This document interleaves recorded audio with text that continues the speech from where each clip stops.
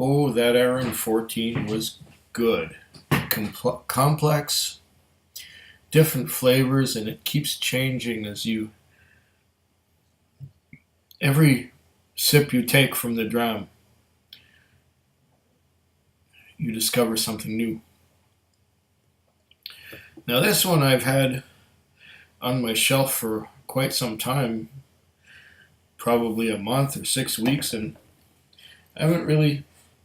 See, look, there's dust on the top. I haven't really decided what...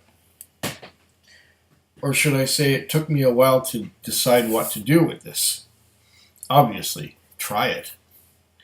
But, you see, my bar is only so big. There's only so much room. And Talisker is from the Isle of Skye. And I have one section for island whiskies. And it's full. And there's still no room there. There's no room there. But I'm going to try this anyway. And hopefully I can finish something else in order to make room for this. It is a 10-year-old Talisker. The Talisker 10. I may have made a video in the past including this, but not exclusively about this. 45.8% alcohol by volume, 750 mils. It is the Talisker 10. It is a benchmark. It is from Diageo.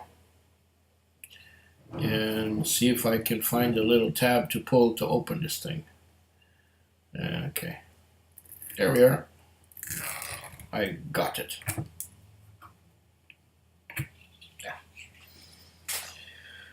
Okay. I like this. The first time I tried it was maybe 30 years ago when I was quite young and inexperienced, and I did not know how to properly taste and appreciate whiskey. But now,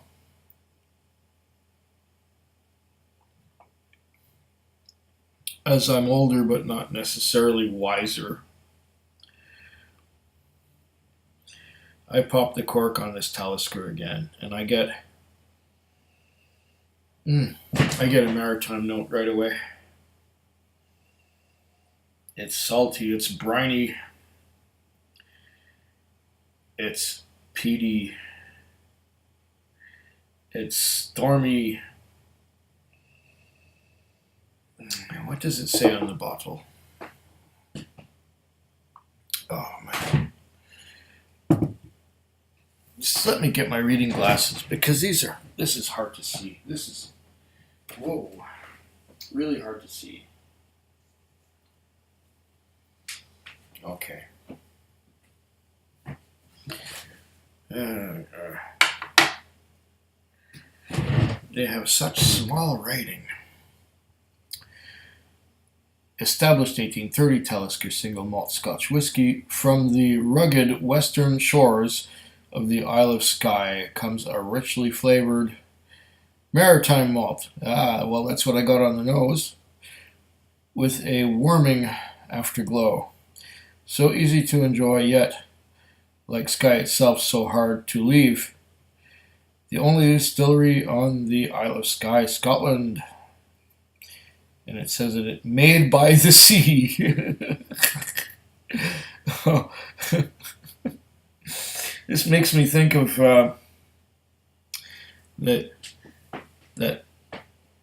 that fish commercial where there's the Captain Highliner with his woolen sweater and his captain's hat, and the little boy. Have you ever been to sea, Billy? No, I'm reminded of that by what's on the bottle. Made by the sea.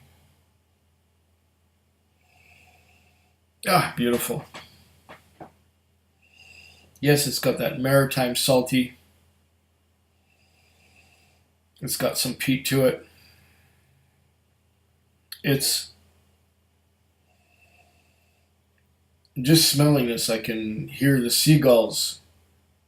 Well, really, what I got is fruit flies in here. But I can hear the seagulls, making their noises and flying around in circles, but I will have to make do with fruit flies. Okay.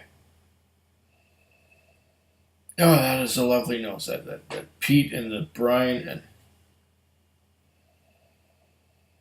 whatever else goes into Talisker. It's really nice.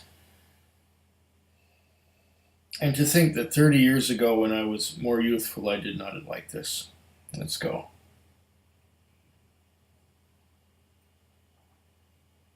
Mmm.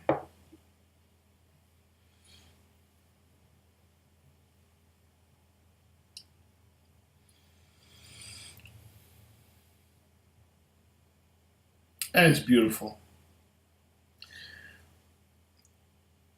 That is just beautiful.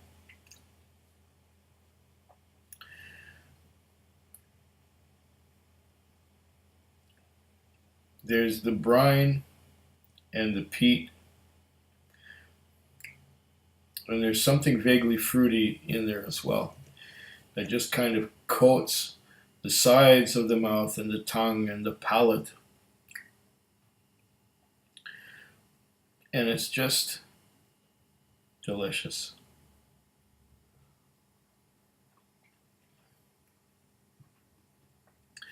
Did I mention before that Talisker 10 is kind of a benchmark?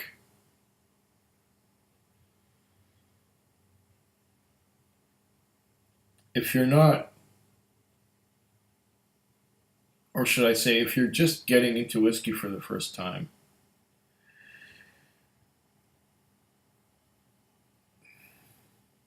this is not a place to start. This is a place to go when you've got a bit of experience under your belt and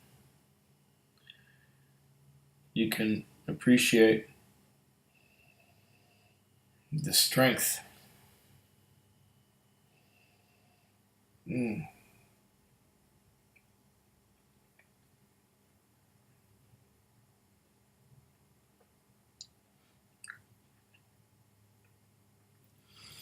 Along with the peat and the briny,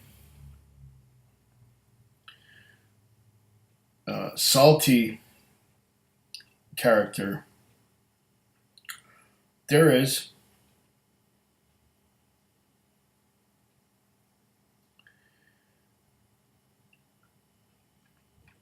more to it than that. There's like an oily mouthfeel, which seems to carry more of the flavors. I wouldn't say that this is a complex malt. It's brine and peat, and boom, there you go. Brine and peat. And that's mostly what I'm experiencing right now. You may think that it's a bit uncouth of me.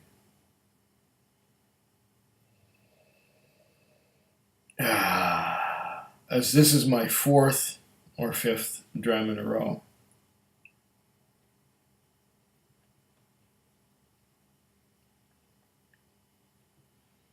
On an empty stomach, I might add. But I am enjoying this immensely. And seeing as I have not made a complete video on Talisker 10 before, this is it right here. I think the last time I made a video including this, I said, I don't know why I didn't like this the first time. Anyway, at the risk of boring you to death and torturing you with my inebriated exasperations. Slancha. Food quick. Food quick. Food quick. Food quick. Food quick. Yeah.